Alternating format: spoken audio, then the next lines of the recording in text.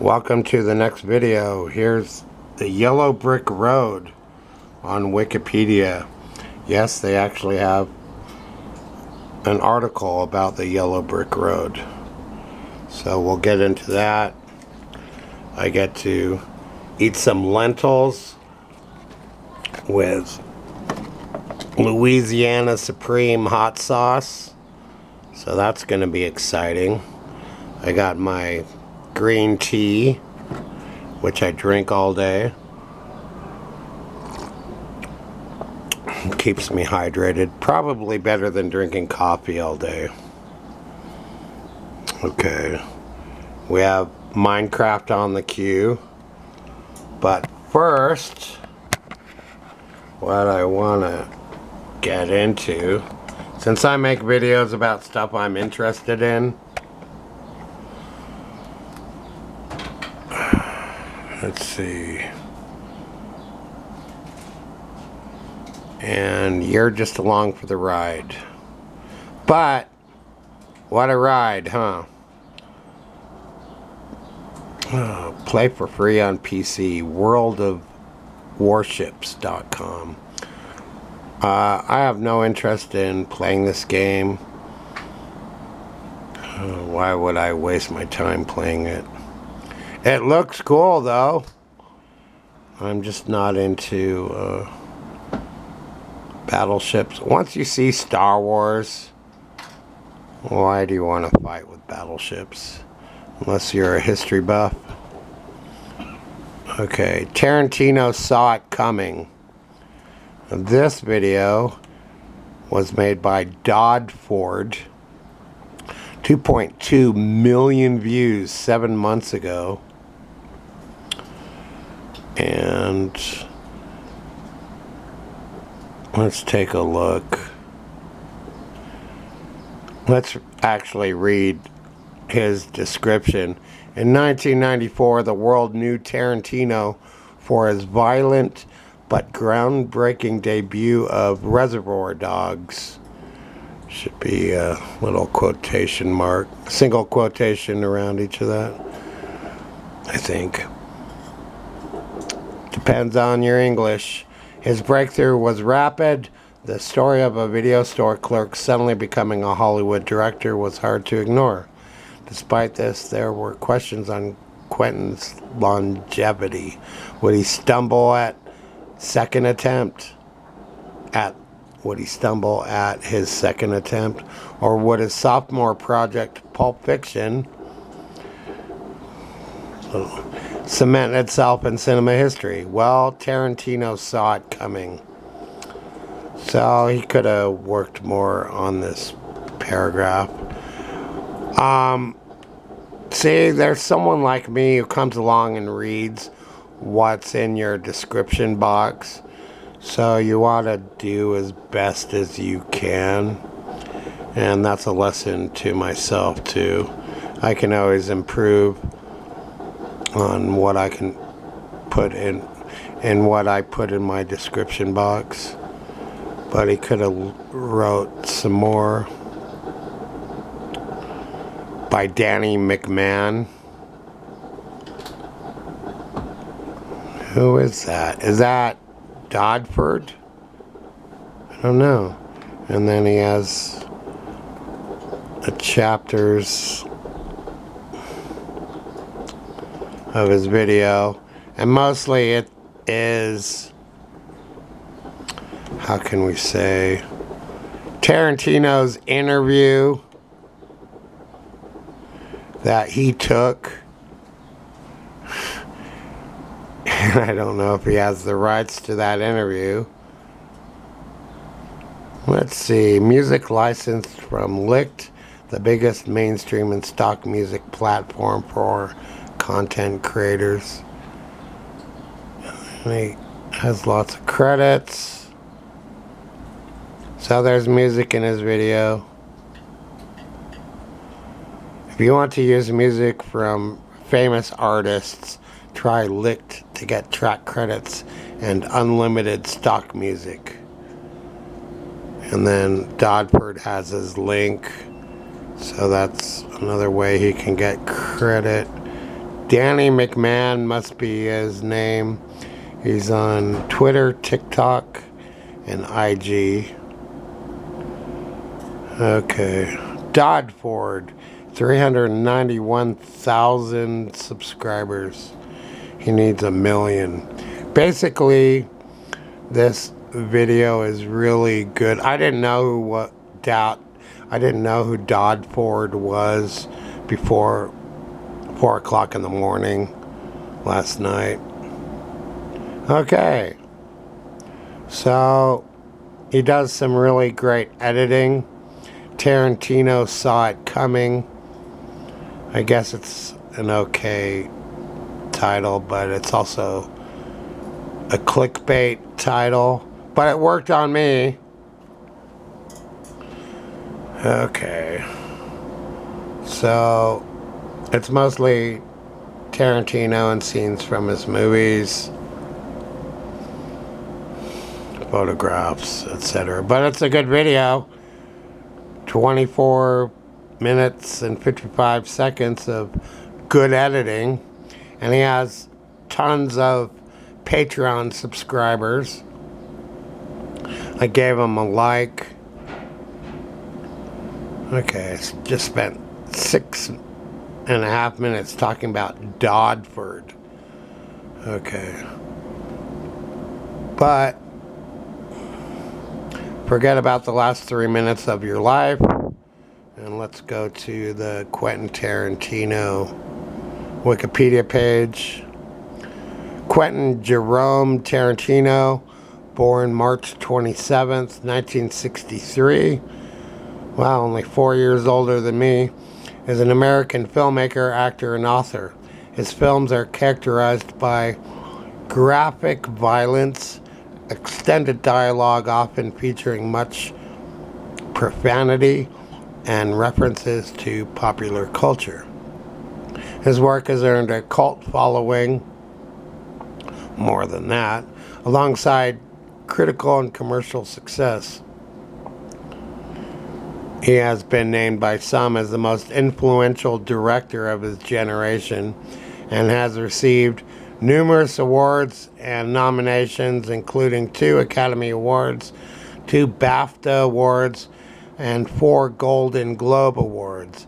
His films have grossed more than $1.9 billion worldwide, and somewhere in there is something to do with toes, a girl's toes, but that's just a joke. I don't take that seriously. Tarantino began his career with the independent crime film Reservoir Dogs, 1992, which I saw at the Beverly Cinema, and I couldn't handle the ear scene, and I walked into the lobby and I passed out and hit my head on the counter, and then they asked me if I was okay. I went back to see the film and the ear scene was still going on. I passed out and felt nauseous 2 more times until that scene was over, and I made it through the movie.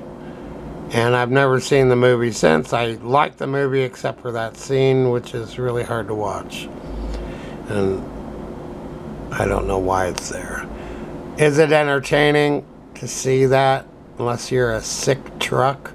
Was a major success and won numerous awards, including the Cannes Film Festival's Palme d'Or and the Academy Award for Best Original Screenplay. He next wrote and starred in the action horror film From Dusk Till Dawn, which I saw in the theater, and I wasn't crazy about it. His third film as director, Jackie Brown, which I also saw in the theater, and I wasn't crazy about it. Paid homage to blaxploitation films. Well, this is good stuff. Tarantino wrote and directed the martial arts films Kill Bill Volume 1 and Kill Bill Volume 2, and I was so done with Tarantino at that point that I did not see those in the theaters, but subsequently bought them on DVD, and it turns out that I love those two films, which are considered to be one film, with both volumes combined regarded as a single film.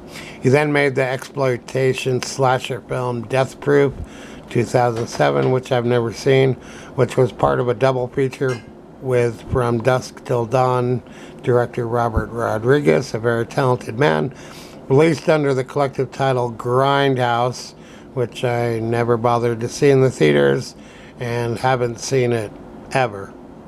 His next film, Inglourious Bastards, with a purposely misspelled Bastards, I never saw, with Brad Pitt, and I'd like to see it. Followed an alternate account of World War II. He followed this with Django Unchained, which I've never seen, a slave revenge spaghetti western, which won him his second Academy Award for Best Original Screenplay. His eighth film, The Hateful Eight, which I did see and really loved it. I could have seen it in the theater, but I was busy making art.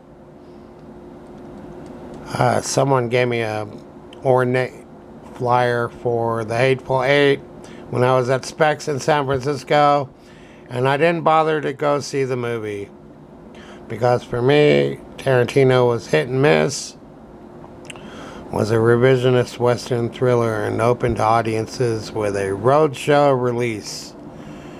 Tarantino's ninth and most recent film that I've never seen, Once Upon a Time in Hollywood, 2019, was a comedy drama set in the late 1960s about the transition of old Hollywood to new Hollywood.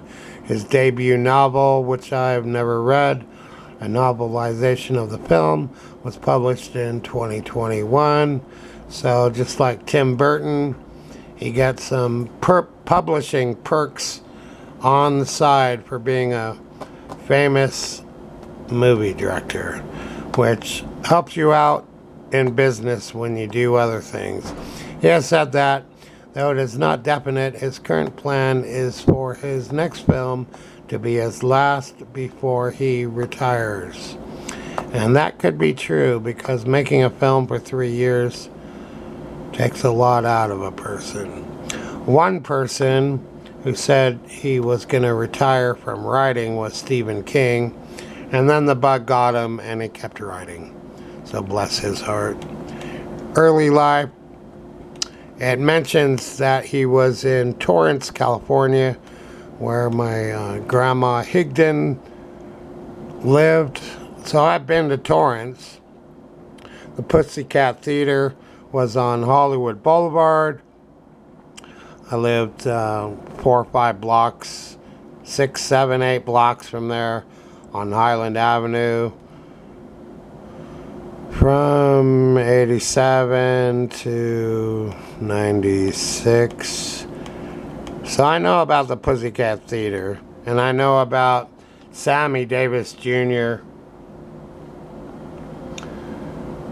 in around 1972, inviting lots of Hollywood celebs, including Dean Martin and Lucille Ball, to go watch Deep Throat there. They rented out the entire theater, and then most of the people left like 10 minutes in.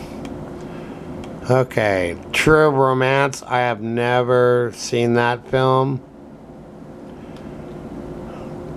Tarantino wrote the script, but I've never bothered to watch it, or I've never had the chance.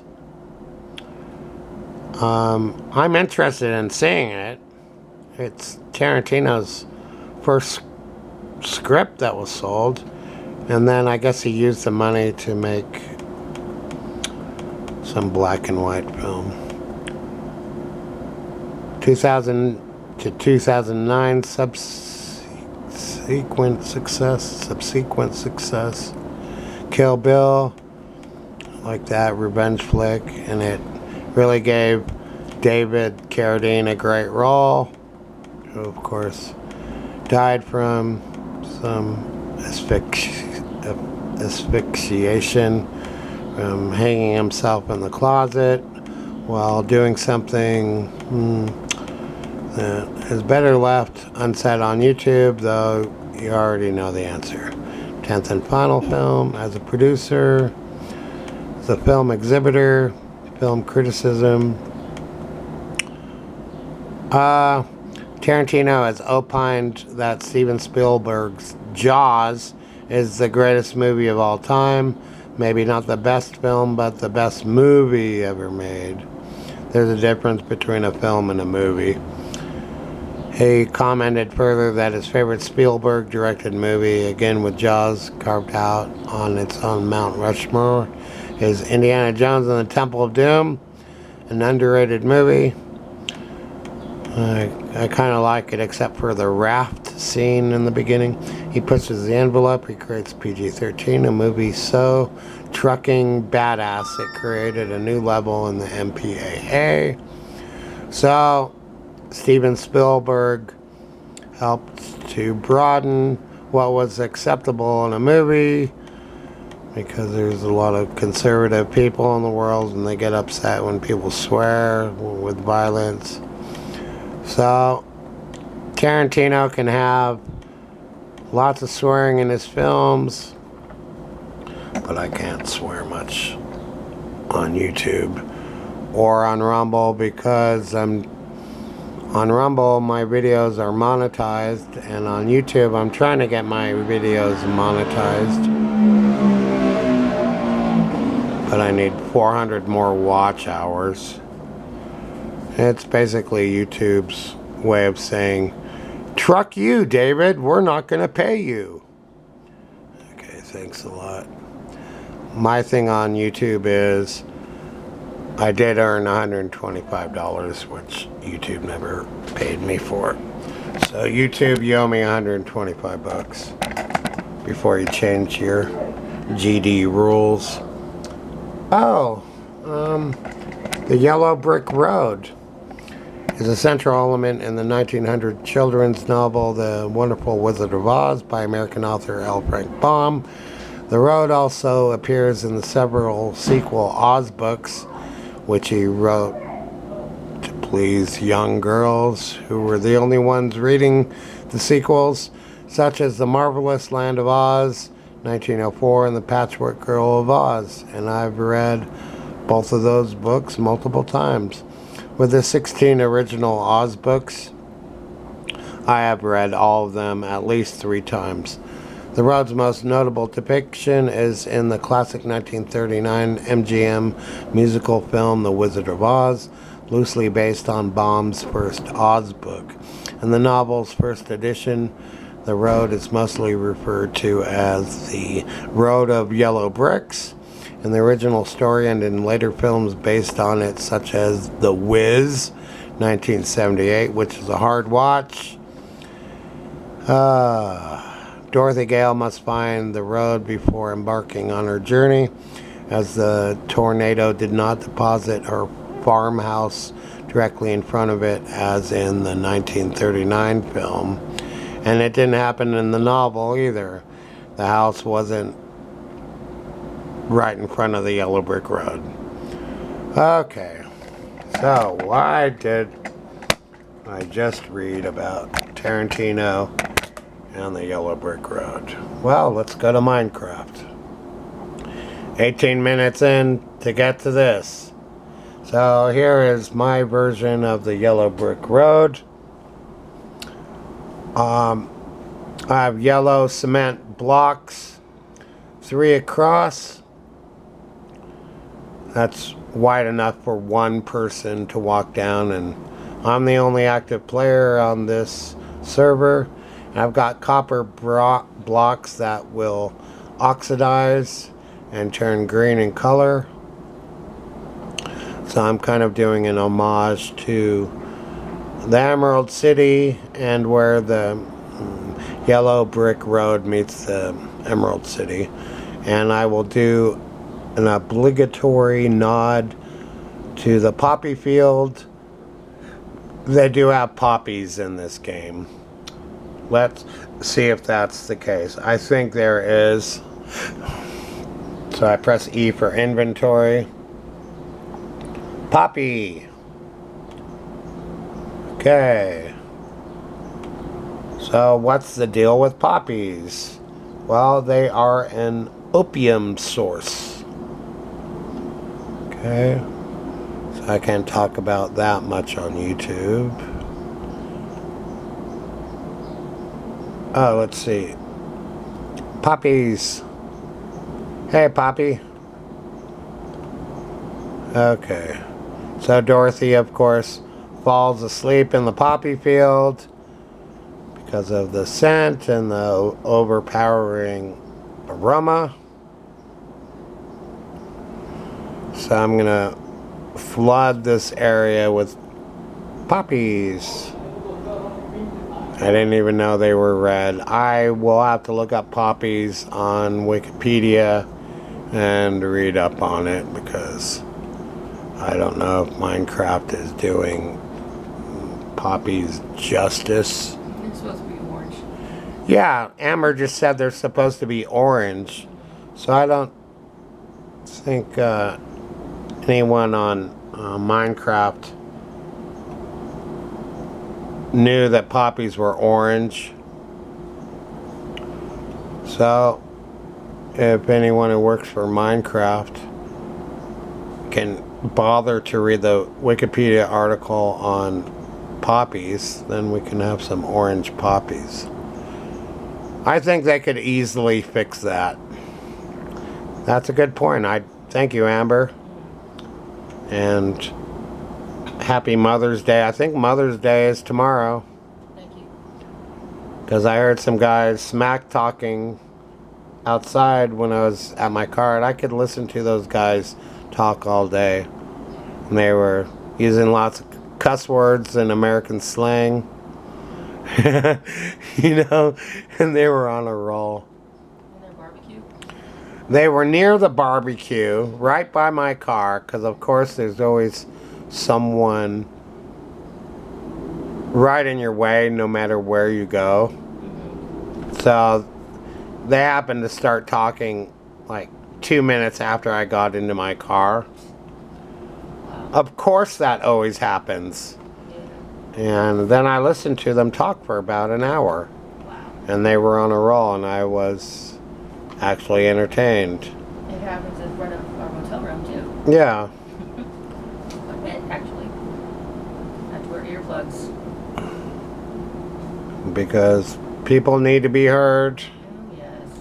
Especially here. Lots of people imagine themselves on stage 24/7, and the world is their audience. Okay, that's okay. So we need some orange poppies. It might bother me so much that I might look up poppies right now. Let's see. Let's see if I can do this. If it won't take too long. I just want to know. I want verification. Okay. I can't wait to eat my lentils with Louisiana Supreme hot sauce.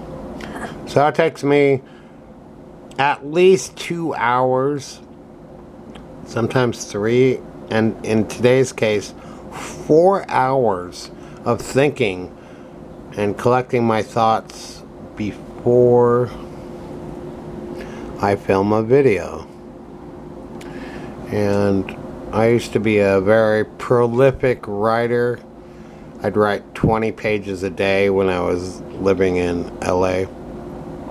Poppy. A poppy is a flowering plant in the subfamily Papaverodiae of the family Papaveraceae. Poppies are herbaceous plants, often grown for their colorful flowers. One species of poppy, Papaver somniferum, is a source of the narcotic drug mixture opium, which contains powerful medicinal alkaloids such as morphine, and has been used since ancient times as an analgesic and narcotic, medicinal, and recreational drug. It also produces edible seeds. Following the trench warfare in the poppy fields of Ned Flanders, Belgium during World War I, forget the Ned, poppies have become a symbol of remembrance of soldiers who have died during wartime, especially in the UK, Canada, Australia, New Zealand, and other Commonwealth realms. So you can clearly see these poppies are a dark orange, which Minecraft can easily produce, and they are not red. Okay. They're too red in Minecraft. Okay. See, that's why I don't use an in-game computer program, OBC or whatever it's called. Because I like to move the camera around and put my hands in front and show you the Da Vinci Code, which I might read a paragraph from. I've never read the book before. So my English teacher, Sam Eisenstein, said that you can pick up any book and randomly flip to a page and get the gist of the writer's prose style. You don't have to read the entire book to get the idea. So I've got copper railings which will oxidize into a lovely green emerald color. Oops. My left click button has a mind of its own. And I was disappointed because I couldn't really find yellow bricks properly. So this is kind of a cartoon version of the yellow brick road. And it seems that L. Frank Baum had many influences on the yellow brick road. Why that actually appeared. Oh, here's some traders and a trader with his llamas. In Bountiful, Utah, I've mentioned before, when I drive to work at Godfather's Pizza, there was actually a small llama farm, and I'd see llamas, and I wanted to park my car there often and draw pictures of them, because I really didn't have access to a camera, and buying film and developing it was kind of out of my financial means when I was making $3.40 an hour back in 1985. So I'm going all the way up. Here we go. So this is as high as you can build, and I did get an achievement. There is an achievement in this game where if you jump from the top of the world to the very bottom of the world, you get an achievement award. So I did that. So here we go. I wonder... Okay, here we go.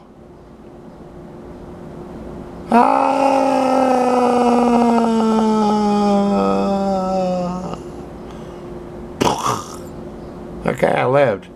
So that achievement requires you to jump from the top of the world to the bottom of the world and live. Now, could I do that in survival mode? I would probably die. Alright. But I didn't know how you could ever accomplish that achievement, but I did it. Okay. Switch to view.